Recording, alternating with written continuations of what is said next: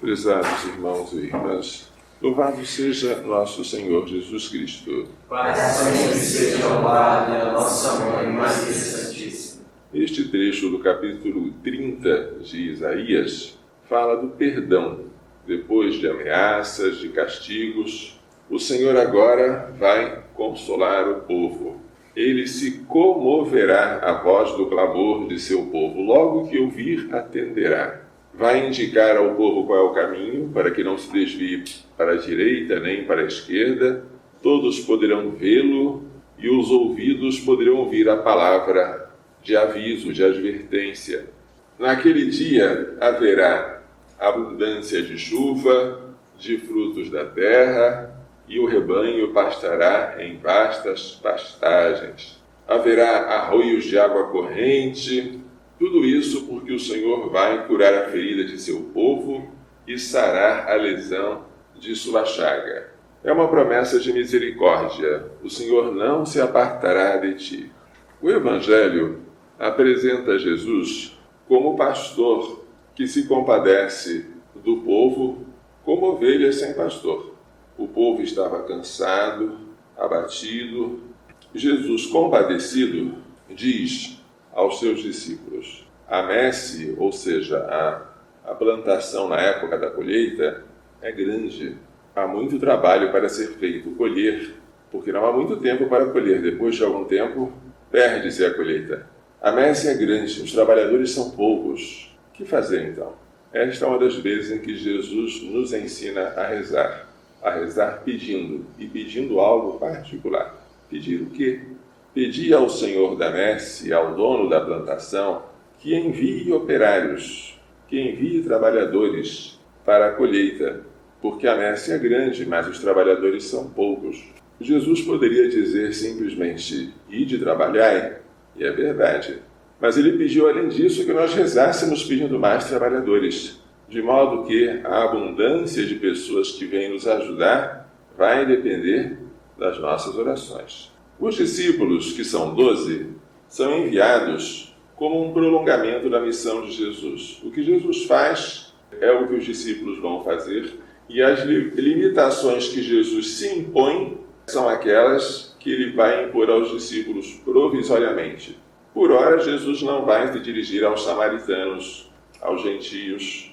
Ele dirá à mulher cananeia: não fica bem tirar o pão dos filhos e dá-lo aos cachorrinhos. Ele mesmo se põe esta restrição no início. E esta restrição ele impõe também aos discípulos. Ide antes as ovelhas perdidas da casa de Israel. O poder que eles têm parece grande. É de expulsar demônios, curar doenças, ressuscitar mortos, purificar leprosos e de anunciar: o reino de Deus está próximo. Dai de graça aquilo que de graça recebestes. Pode parecer maravilhoso esse poder, mas ainda é pouco em comparação com aquilo que Jesus vai dar aos discípulos depois da ressurreição. Por enquanto é uma missão experimental, é um estágio profissionalizante. O reino de Deus está próximo. Como traduzir isto? Ou como interpretar esta tradução? A interpretação mais comum, mas talvez não seja a exata, é que o reino de Deus está chegando. Uma outra interpretação é que o reino de Deus chegou, por isso ele está próximo, está perto. Mas se o reino de Deus chegou, então é a felicidade que bate às portas, porque ele veio para reinar e para destituir o reinado do pecado.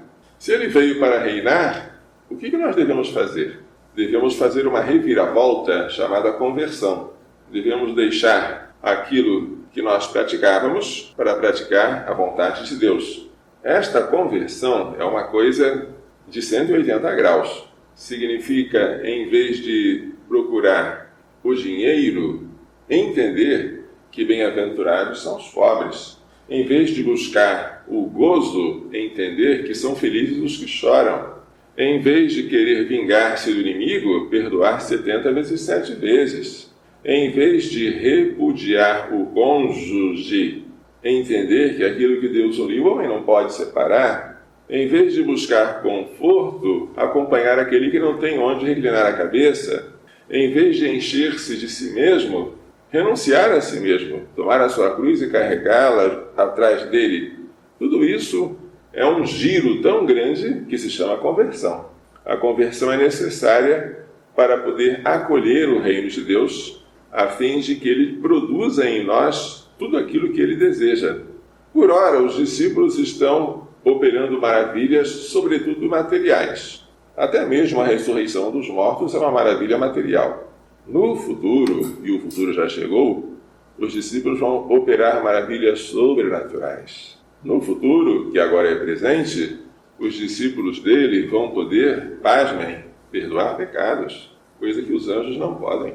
Pasmem, consagrar o pão e o vinho, convertendo-os no corpo e no sangue do Senhor.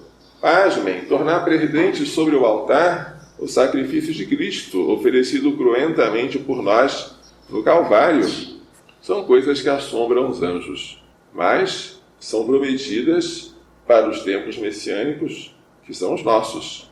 Quando nós vemos uma quantidade tão grande de pessoas, que parece que não diminui, pessoas que não conhecem ainda Jesus e que se desviam por este mundo corrompido, devemos ter a mesma angústia de Jesus. Quem vai reuni-las, elas que estão dispersas? Quem vai falar de Deus para elas? Quem vai colhê-las enquanto há tempo? Porque não temos um tempo limitado, daqui a pouco elas vão se perder.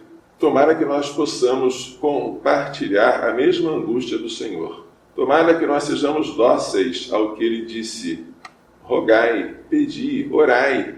E tomara que a nossa oração seja de tal modo confiante e perseverante que o Senhor envie operários abundantes, mas, sobretudo, operários santos, para que o rebanho não se perca por falta de pastor.